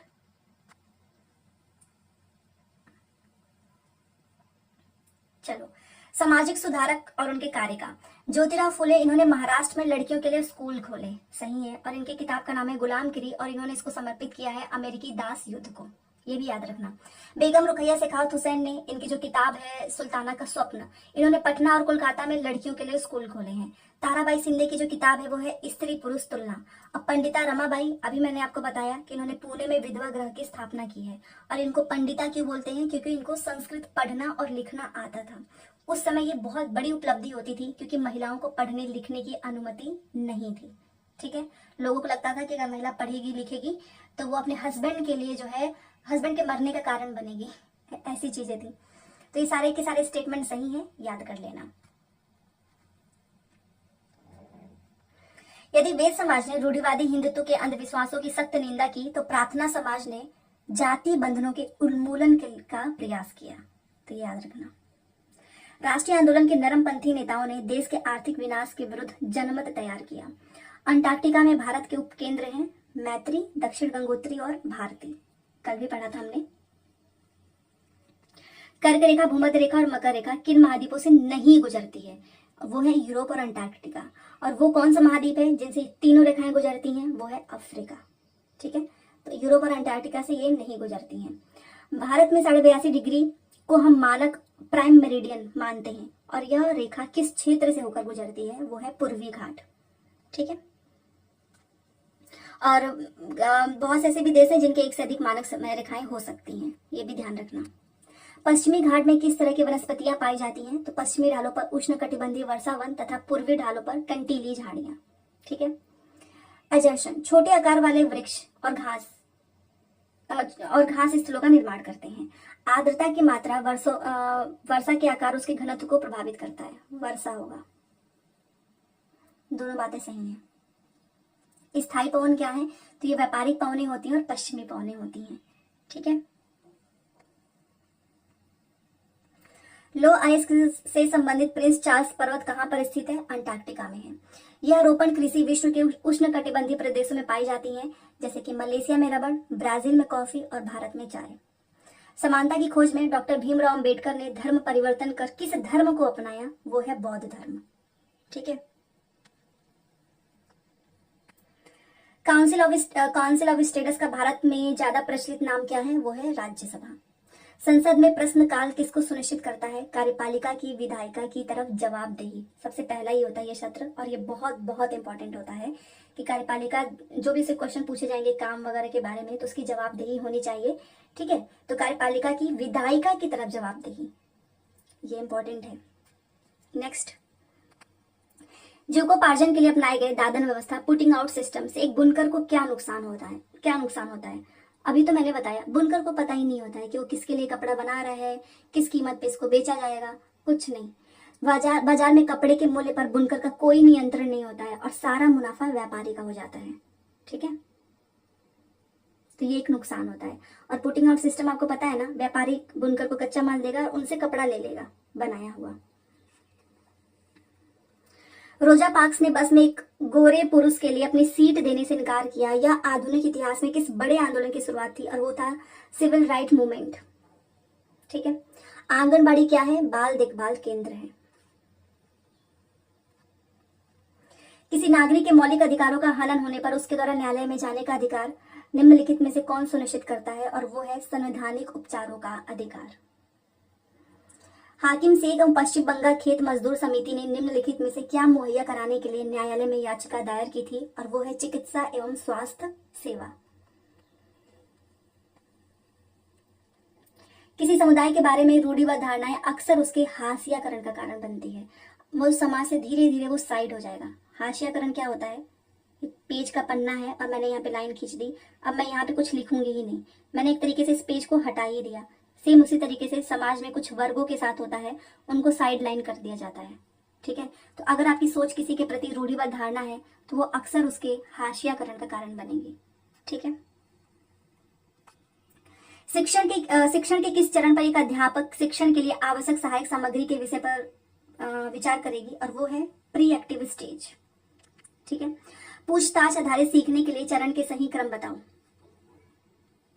ये क्रम याद कर लेना, क्योंकि यही क्रम आपको एग्जाम में पूछेगा, इसको ऐसे इधर उधर करके पूछेगा।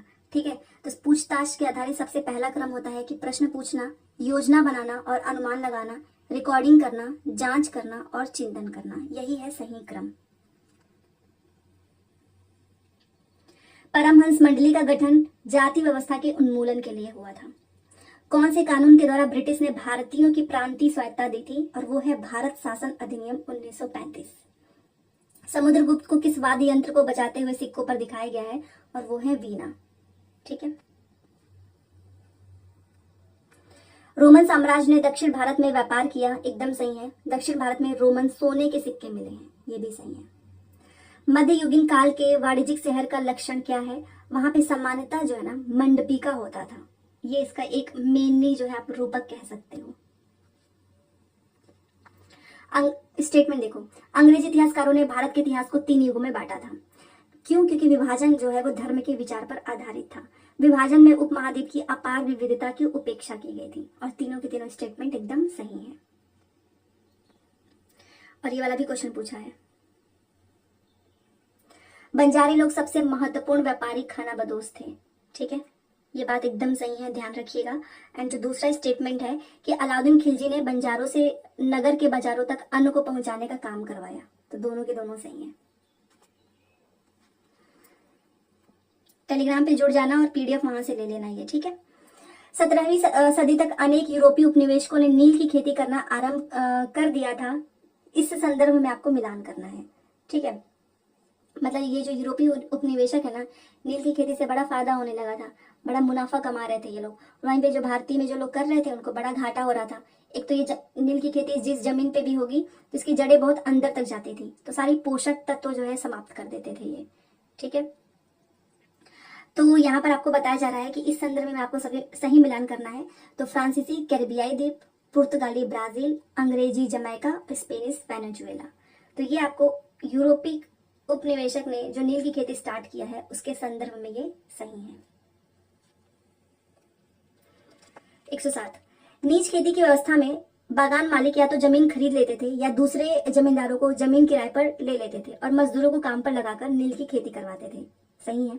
और जो नीच खेती व्यवस्था है उस नीच है, नीच नहीं, नीच खेती व्यवस्था में बागान मालिक को बहुत सारे मजदूर तथा बड़ी मात्रा में हल है ये, ठीक है, एवं बैलों की जरूरत पड़ती थी। ये भी बात सही है।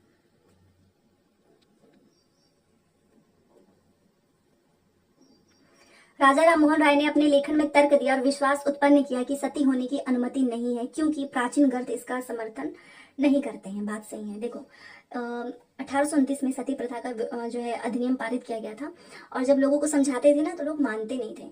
तो फिर इन्होंने एक तरकीब निकाली, ग्रंथों का हवाला दिया, तो इस तरीके से लोगों ने भी बात को समझा और फिर बाद में ये बंद हो गया। तो बेसिकली ना प्राचीन ग्रंथ का एग्जाम्पल देते थे लोग कि देखो भाई प्राचीन ग्रंथ में ऐसी कोई चीजें नहीं लिखी हैं, तुम लोग क्यों कर रहे हो ये प्रथा, ठीक है। 109, ईश्वर चंद्र विद्यासागर ने विधवा पुनर्विवाह का मुद्दा उठाया। मद्रास प्रेसिडेंसी में वीरसलिंगम पंतलु ने विधवा विवाह के समर्थन में एक संगठन बनाया। दोनों सही है। और ये तो आपको रट लेना, ये दोनों लाइन रट लो, ठीक है।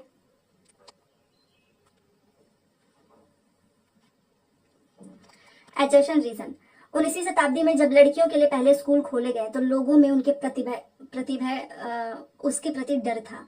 लोगों को भय था कि स्कूल जाने पर लड़कियों पर दुष्प्रभाव पड़ेगा। जी हाँ, देखिए पहले तो ये लोग लड़कियों को भेजते नहीं थे क्योंकि सोचते थे कि लड़कियां जाएंगी तो बिगड़ जाएंगी, प्लस लड़कियां जो है बाहर जाएंगी तो घर का काम कौन करेगा, ठीक है। तो इस तरीके से इनको डर था कि स्कूल जाने पर ना लड़कियों पे दुष्प्रभाव पड़ेगा, वो घर का काम भी नहीं करेंगी। तो बात एकदम सही है, स्टेटमेंट सही है, बात सही नहीं है बट ये स्टेटमेंट सही है। 111 देखो, नरम पंथियों की मांग थी कि भारत में भी सिविल सेवा परीक्षा आयोजित होनी चाहिए, क्योंकि उनकी यह महत्वपूर्ण मांग थी कि सरकार में भारतीय भी तो एक हाई पोस्ट पे हों। बात एकदम सही है दोनों।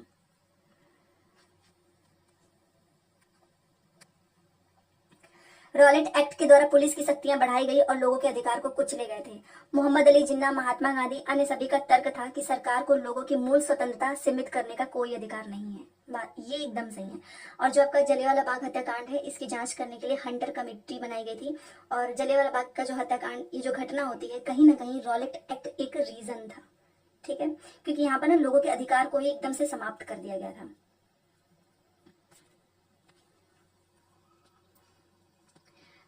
ये देखिए, सरकारी शिक्षण संस्थानों में अध्ययन तथा सरकारी संस्थानों में नौकरी के अवसर में सहयोग हेतु किन आधारों को अपनाया जाता है? जाति, पारिवारिक आय और जेंडर। गल्फ स्ट्रीम गर्म जलधारा है, अतः इनमें चलने की प्रवृत्ति ध्रुव की ओर है, ठीक है, मतलब ये भूमध्य रेखा से ध्रुव की ओर जाते हैं। और लैब्राडोर आपकी ठंडी जलधारा है। विश्व के ताप कटिबंध का वर्गीकरण अक्षांशों के आधार पर होता है। उत्तर और दक्षिण ध्रुव को जोड़ने वाली काल्पनिक रेखाएं देशांतर कहलाती हैं। सभी देशांतरों की लंबाई समान होती है। तीनों सही है। भारत के भौगोलिक लक्षणों को पढ़ाते हुए अध्यापिका ने छात्रों को विंध्य एवं सतपुड़ा श्रृंखलाओं में बहने वाली नदियों को मानचित्र पर चिन्हित करने के लिए कहा। तो कौन सी नदियों को वो चाहती थी कि बच्चे उसको पहचाने? तो वो चाहती थी कि वो पहचाने नर्मदा और ताप्ती, पश्चिम की ओर बहने वाली नदी है, अरब सागर में ये गिरती हैं। ठीक है। और अगर आपसे ये करके भी पूछे ना विंध्य और सतपुड़ा श्रृंखला में बहने वाली नदी, तो भी आपको यही लगाना है। जिस स्थान पर गर्म तथा ठंडी जलधाराएं मिलती हैं वह स्थान विश्व भर में सर्वोत्तम मत्स्य वाला क्षेत्र मानते हैं। जहां पर गर्म और ठंडी जलधाराएं मिलती हैं उस स्थान पर नौ संचालन में बाधा होती है। अभी तो मैंने कुछ देर पहले ही आपको बताया और ये क्वेश्चन पूछा हुआ है, दोनों सही है। आर्द्रता जो है वो महासागरों पर सबसे अधिक तथा महाद्वीपों के ऊपर सबसे कम पाई जाती है, एकदम सही है। संघनन ठंडा होने की मात्रा तथा हवा की सापेक्ष आर्द्रता पर निर्भर होती है। जेट हवाई जहाज के पीछे सफेद पथ इंजन से निकली नमी होती है जो कि कंडेंस हो जाती है। तो तीनों स्टेटमेंट सही है। अभी हमारे 100 क्वेश्चन और बाकी हैं। वायुदाब के संबंध में सही कथन बताओ। तो ऊंचाई पर जाने पर वायुदाब घटता है। ठीक है।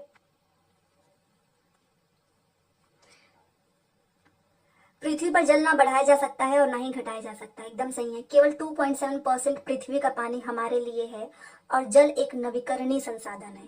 तीनों की तीनों बातें सही हैं।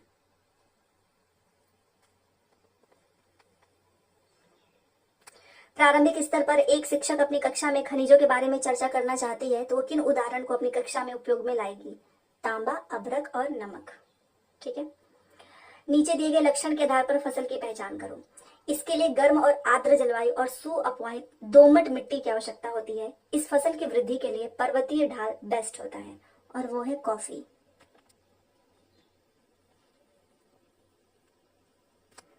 महात्मा गांधी द्वारा राष्ट्रीय ग्रामीण रोजगार गारंटी अधिनियम 2009 के अनुसार ग्रामीण क्षेत्रों में रोजगार के अवसर को पहचानने और उत्पन्न करने का दायित्व है ग्राम पंचायत का।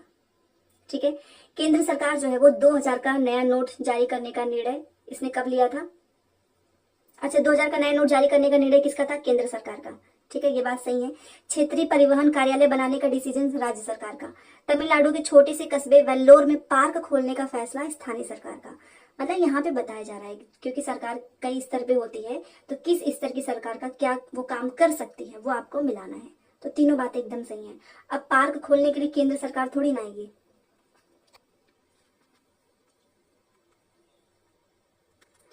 अनियमित रोजगार से क्या अभिप्राय है? नियुक्तिकर्ता द्वारा जरूरत के अनुरूप मजदूरों को काम पर बुलाना। अभी हमने पढ़ा ना, जो अस्थायी मजदूर होगा उसको मेरे को जब जरूरत होगी तब मैं उनको बुलाऊंगी। पैसे भी बचेंगे, भत्ता भी नहीं देना पड़ेगा। वस्त्र व्यापार में कौन सबसे अधिक लाभ कमाएगा? कंपनी। बुनकर को कोई फायदा नहीं होता है, व्यापारी भी कमाएगा और जो कंपनियां हैं वो बुनकरों से इतने सस्ते दाम पे व्यापारी से ले लेंगी, फिर उसको डबल रेट पे बेचेंगी। ठीक है।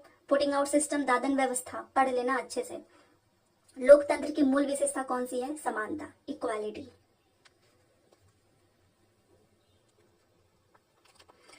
कौन से मौलिक अधिकार का हनन होगा अगर जैन समुदाय के लोगों को एक समूह को जैन तीर्थंकरों की शिक्षाओं पर अध्ययन केंद्र खोलने की अनुमति नहीं दी जाती है? मतलब जो जैन समुदाय है वो जैन तीर्थंकर की शिक्षा पर कोई स्कूल खोलना चाहते हैं और आप उनको परमिशन नहीं दोगे तो किस फंडामेंटल राइट का हनन होगा? और वो है सांस्कृतिक और शैक्षणिक अधिकारों का अधिकार। सांस्कृतिक और शैक्षणिक अधिकार, ये नहीं। ठीक है। संवैधानिक, यहाँ पर देखिए, संवैधानिक उपचारों के अधिकार का क्या मतलब है? तो नागरिक का उनके मौलिक अधिकार के उल्लंघन होने पर वो कोर्ट में अपील कर सकते हैं। ठीक है। सर्वोच्च न्यायालय के किस क्षेत्राधिकार के अंतर्गत केंद्र और राज्यों के बीच में विवाद को शामिल किया जाता है? और वो है मूल क्षेत्राधिकार। इतिहास में साम्राज्य वन संसाधनों के लिए आदिवासियों पर निर्भर रहते थे और आदिवासियों के पास वनों तक पहुंचने का बहुत अच्छा ज्ञान था, साथ ही साथ अधिकतर वनों पर इनका अधिकार भी था। दोनों की दोनों बातें सही हैं। अल्पसंख्यक शब्द का इस्तेमाल ऐसे समुदाय के लिए किया जाता है जिनकी संख्या बाकी लोगों के कंपेयर में कम होगा। ठीक है। अल्पसंख्यक शब्द केवल सदस्यों के बारे में ही नहीं बल्कि सत्ता, संसाधन तक पहुंच आदि मुद्दों से भी जुड़ा हुआ है। अब ये नहीं है कि अल्पसंख्यक का मतलब केवल समुदाय है, नहीं, सत्ता हो गया, संसाधन हो गया, पहुंच हो गया, ये सब कुछ इससे रिलेटेड है। दोनों बातें सही हैं।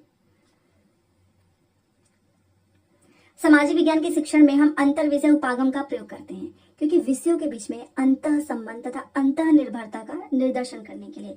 देखो, जो सामाजिक विज्ञान, हिस्ट्री, ज्योग्राफी, पॉलिटी, ये तीनों इंटरलिंक्ड है, इंटर रिलेटेड है एक दूसरे से। ठीक है।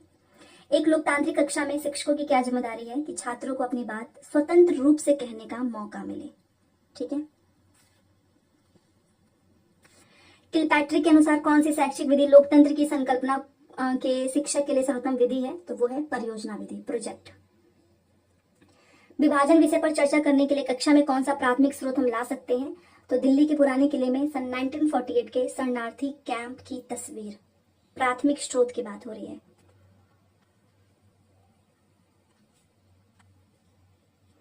निःशुल्क और अनिवार्य शिक्षा बाल अधिकार अधिनियम 2009 के अनुसार मूल्यांकन कार्य प्रणाली के विकास के समय कौन सा विचारणीय होना चाहिए?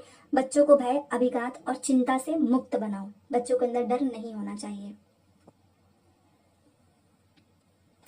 प्राचीन तमिलनाडु में किसानों की बस्तियों को हम उर कहते थे।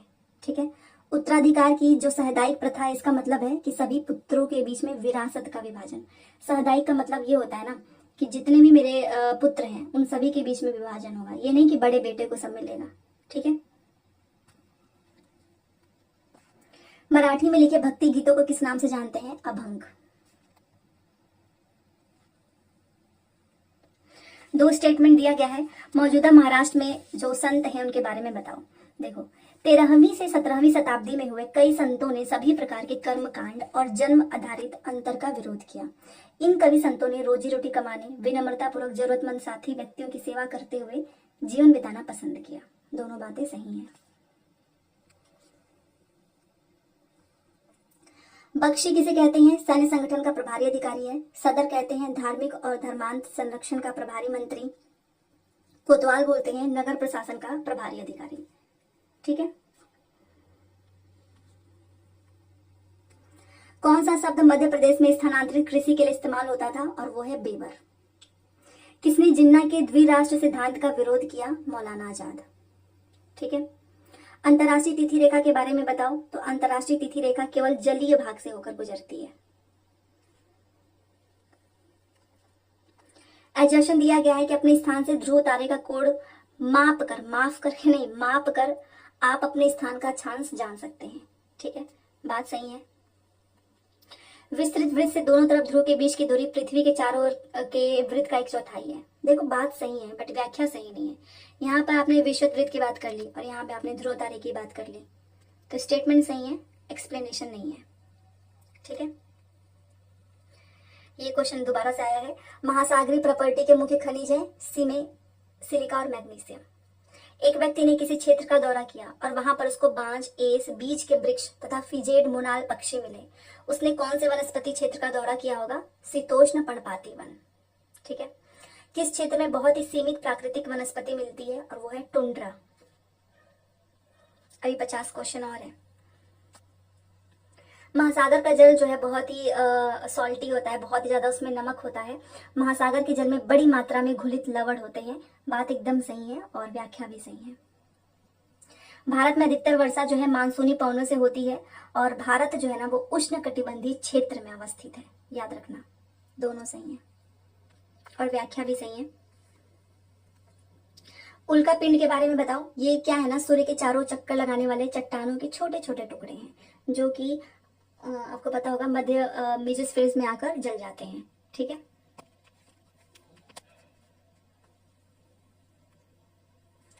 कौन सा महासागर बेरिंग जल संधि द्वारा प्रशांत महासागर से जुड़ा है? और वो है आर्कटिक महासागर। नीचे दिए गए लक्षण के आधार पर आपको वनस्पति की पहचान करनी है। ये वनस्पति खारे पानी में जीवित रह सकती हैं। ये अंडमान निकोबार के द्वीप समूहों में पाई जाती हैं। सुंदरी इस प्रकार के वनस्पति की महत्वपूर्ण प्रजाति है। तो ये है मैंग्रोव वन। वर्षा, कोहरे जैसी घटनाएं वायुमंडल की किस परत के अंदर होती हैं? क्षोभ मंडल। मौसम संबंधी सारी घटनाएं क्षोभ मंडल में होती हैं। स्वर्ण चतुर्भुजी एक्सप्रेस निम्न में से किसे जोड़ता है? दिल्ली, मुंबई, कोलकाता, चेन्नई। तरंगे तब उत्पन्न होती हैं जब वो हवाएं समुद्र की सतह से टकराती हैं। कौन सा ऊर्जा का पारंपरिक स्रोत है? जल विद्युत। पेट्रोलियम और प्राकृतिक गैस जो धरातल के बहुत नीचे पाए जाते हैं का निष्कर्षण किस विधि से होता है? प्रवेधन। हजारों वर्ष पहले लोगों ने रेशम मार्ग, सिल्क रूट की यात्रा किस माध्यम से की थी? पैदल, घोड़े की सवारी और ऊंट की सवारी, इससे की थी। ठीक है। ये क्वेश्चन पूछा था, मैच ऑफ द फॉलोइंग। ईदगाह है खुला प्रार्थना स्थल, दरगाह संत का मकबरा होता है, और खानकाह होता है सूफी संतों के लिए विश्राम घर। ठीक है, तीनों मिलान सही है। उपनिवेशों में ब्रिटिश अधिकारियों द्वारा चित्र और तस्वीर बनाई गई ताकि वह उपनिवेश और वहां रहने वाले लोगों को समझ सके, वह उन उपनिवेशों में अपने बिताए जीवन को याद कर सके। दोनों सही हैं। मिलान करो। खोड़ ये ना समुदाय हैं। खोड़ आपको मिलेंगे उड़ीसा में, नीसी मिलेंगे अरुणाचल प्रदेश में, बंजारा मिलेंगे महाराष्ट्र में, गड्डी मिलेंगे कुल्लू में। ठीक है,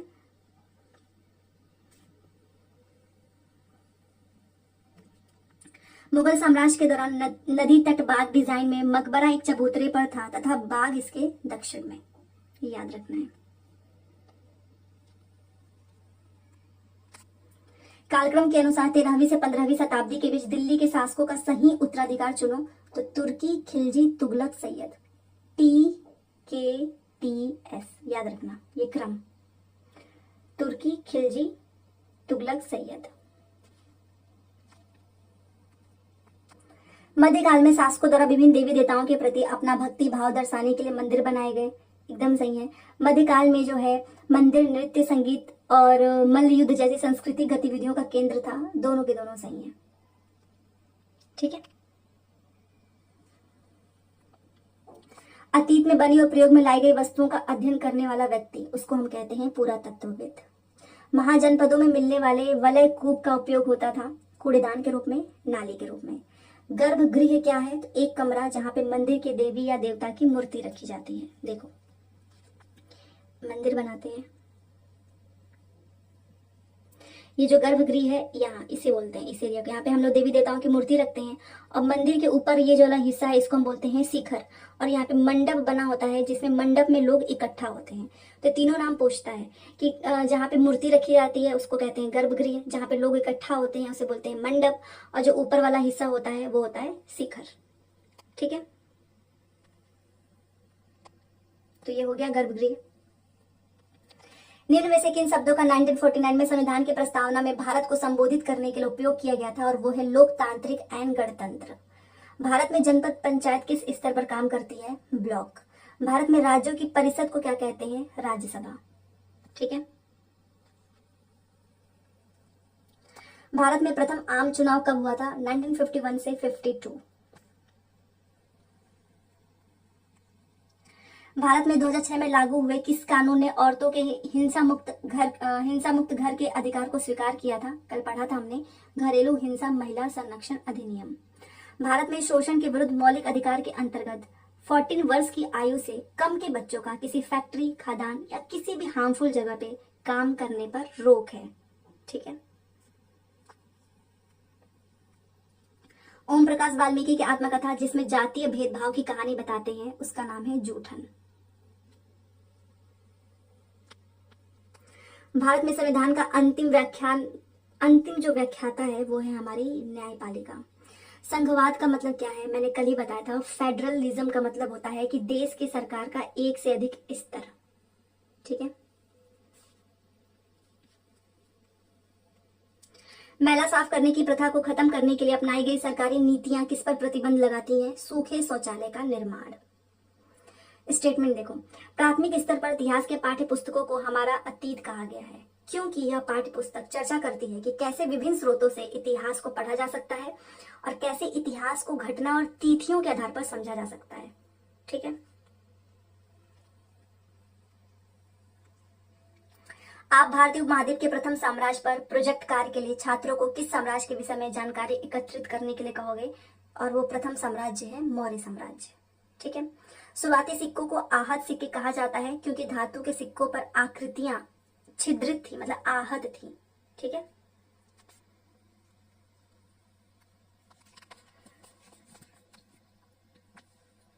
दिल्ली सल्तनत काल में गुलाम को उच्च पद पर नियुक्त करने का क्या कारण था? कि वह अपने स्वामी के विश्वसनीय और उन पर आश्रित होते थे। ठीक है, दीवाने खास और दीवाने आम की वास्तु विशेषताएं कैसे यह विचार देती हैं कि राजा भगवान का प्रतिनिधित्व होता था? तो पहला यह है कि जनसभा कक्ष मस्जिद के सदृश से बनाया गया। प्रार्थना के समय मुसलमानों के सामने की दिशा में सिंहासन रखा गया था, तो इस वजह से। दोनों सही है। 19वीं सदी की शुरुआत में जब ब्रिटिश एक समरूप सैनिक संस्कृति विकसित करने लगा तो इससे काफी सैनिकों के मध्य समस्याएं खड़ी हुई।